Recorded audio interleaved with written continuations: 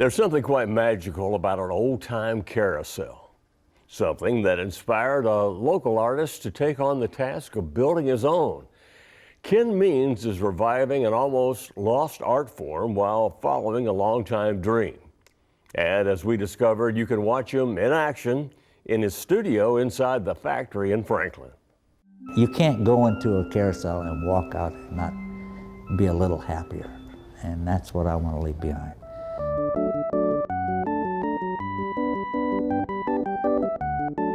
If you take a rotary ride into a special chapter of history, you'll discover the golden age of carousels from 1880 to 1930. While thousands of classic wooden models were built and operated during the era, today less than 200 are still running.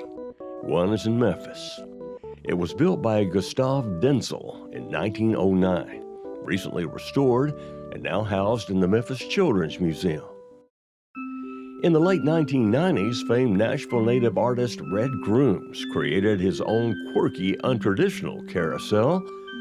Instead of horses or other animals, you rode on images of historical Tennessee characters. While the ride was short, the carousel spirit lives on. Well, here at the factory in Franklin, you can witness the creation of the latest Tennessee carousel. It's a soon-to-be-finished long-term dream of an artist named Ken Means. I started out as an oil painter, portraits and that sort of thing. And then I went into scenic art. I did some scenes for movies and plays. I did several, well, quite a number of plays.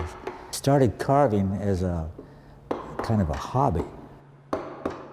Ken Means is a veteran artist whose talent covers the gamut.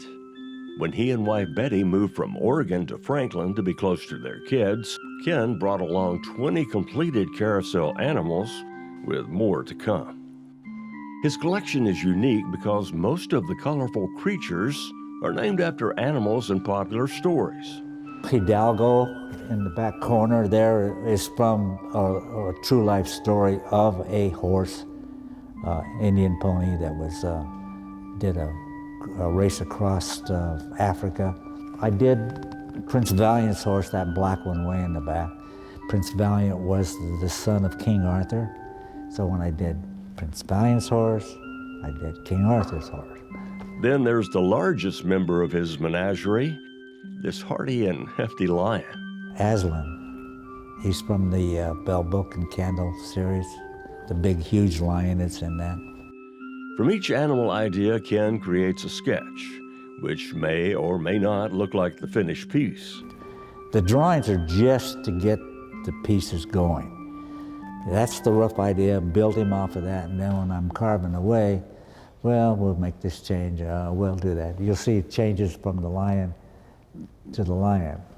When it's time to start putting those carving tools to use, the head always comes first. I try to get the personality of the animal to start with. I don't look for realism as much as I do the essence of the animal. If I can capture the look of the goat, the essence of the goat, that's what I'm after. The bodies are usually the last part. On all the animals, the bodies are hollow, like that one over there. The necks are hollow. And on the big animals, even the heads are hollow. Inside the hollow bodies, Ken places a time capsule of sorts. Pictures, a poem maybe, just a way of leaving a piece of the present for the future. The reason for that being was I've done a lot of restoration work. You know, by the time I break something open and look inside, there's nothing there. The only thing I ever found was, in one I found some shredded newspaper, and in another one I found a big rat. Needless to say, he gets lots of attention from passers-by. To wide-eyed youngsters, the colorful, whimsical characters can be irresistible. Probably have at least minimum 100 kids. Is that right? And you don't mind, huh? No, heck no. That's what it's all about, you know. You go to a museum or you go to a gallery or you go someplace and you can't touch anything. You can't take pictures. Not here.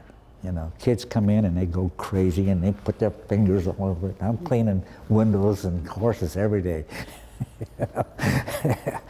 And that's what I want to leave behind, something that people can use for 100 years. These animals are built strong enough to withstand, with care, 100 years or more. Before long, Ken will have completed 32 carousel creatures, 11 standers or stationary animals, 21 jumpers, the ones that move up and down, and 2 chariots, one of which will be wheelchair compatible. So soon, his merry-go-round menagerie will need a home. We're looking for a place to put it. I like Cheekwood. I like Franklin, you know, somewhere between there and here.